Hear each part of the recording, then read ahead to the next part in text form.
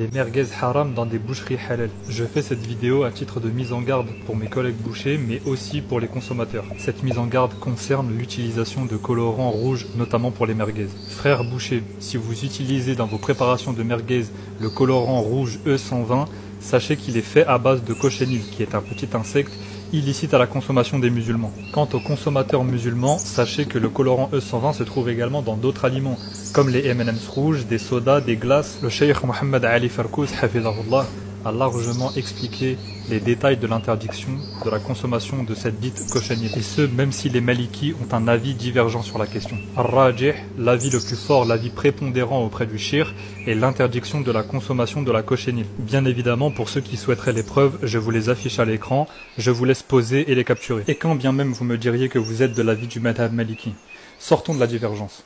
On peut s'interroger sur l'honnêteté et sur l'intérêt d'utiliser de tels colorants. Bien sûr que certains bouchers utilisent ces colorants pour camoufler la véritable couleur tachetée de leur merguez faite à base de viande suspicieuse, voire carrément avariée. Et ça, je le balance même pas pour taillard, il faut qu'on s'émancipe, qu'on dépasse ces clichés. Alors on peut débattre et dire que oui, mais on utilise des lampes roses pour rougir la viande dans les vitrines, ça revient un peu au même. Personnellement, je trouve qu'il y a une grande différence entre un éclairage qui met en valeur et un colorant qui change complètement la couleur d'un produit. Nous estimons qu'il est grand temps d'éduquer la communauté et de nous élever plus haut que ces stratagèmes bas.